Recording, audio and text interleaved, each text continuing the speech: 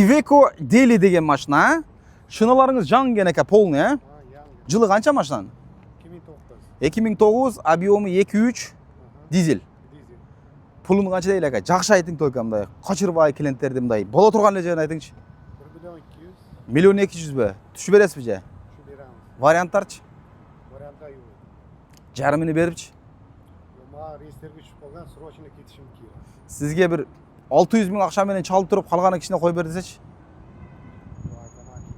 1 миллион 200 только наличка екен. Туғандар көндір алуады мәкәмі. Мынау қандай оқылады? 8 палет емес бұл, а?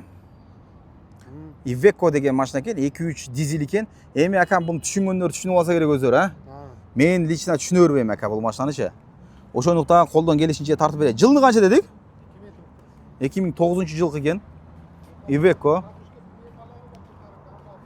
Пневмалары бар. Подушка, пневмалары бар екен. Көтеріліп, ылдый қылып регулировка қылады, а?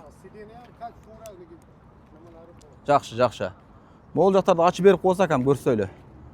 Mercedes Sprinterге оқшаш кенде сырды. Açып қойыңыз әкәм. 1 миллион 200 дейді ғой туғандар.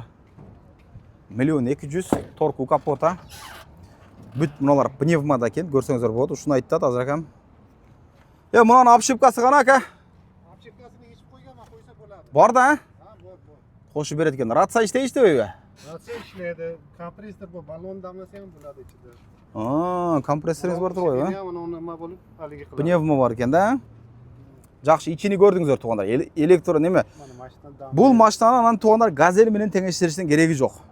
Потому что иномарка тұру әкем. Газель бұл ВАЗ.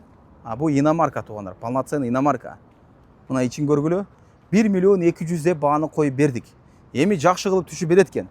Чалып алдына барып соданы қылғыла. Эмне дейсер туғандар? 1 миллион 200 мың жақшы скидка бар Iveco деген грузовой тариф бізге продажаға келді.